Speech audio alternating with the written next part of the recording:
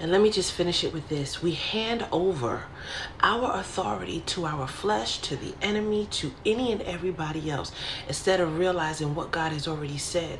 One, we're not supposed to do anything in our own strength. We're supposed to move and breathe and have our being in Him. And a lot of times we wonder what is getting us out of alignment. We wonder what is the thing that is getting us messed up. And sometimes it's that tiny little nugget. Excuse my red eye, y'all. I started getting irritated again, but it's going to get better. These allergies, I'm trying to tell you, they're trying to attack me. But listen, right?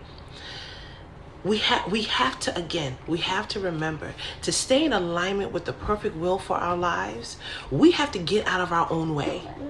To stay in alignment with the things that God has for us. Now, that doesn't mean you get lazy, you sit back and do absolutely nothing. The word says He made a work for our hands. So there is a work for us to do, but you got to properly identify that work.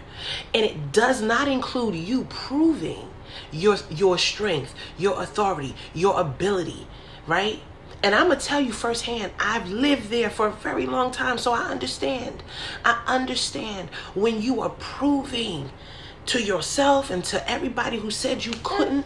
And the thing is, everybody who said you couldn't, probably they ain't even thinking twice about you anymore. But in your mind, which is where the enemy brings you up, you still battling. Bottom line is, if you want to know why you feel out of alignment, check back to the foundation of where you started. What is your behaviors rooted in? Why are you making the decisions you're making? Are you making them because you are trying to prove that you are enough? Right? Are you trying to prove? See, Jesus didn't have nothing to prove because He understood. This is why the word says that my people perish for lack of knowledge, right?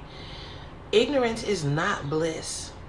When people get up here and share the word and all this other stuff, listen, my only desire to share with you guys is not necessary. Yeah, I'll share the word, but if I'm honest, is to share that you need to read it for yourself. That's really it. I'm not going to get up here. And yes, again, I'm a mindset and breakthrough coach. My foundation is rooted in the things of God.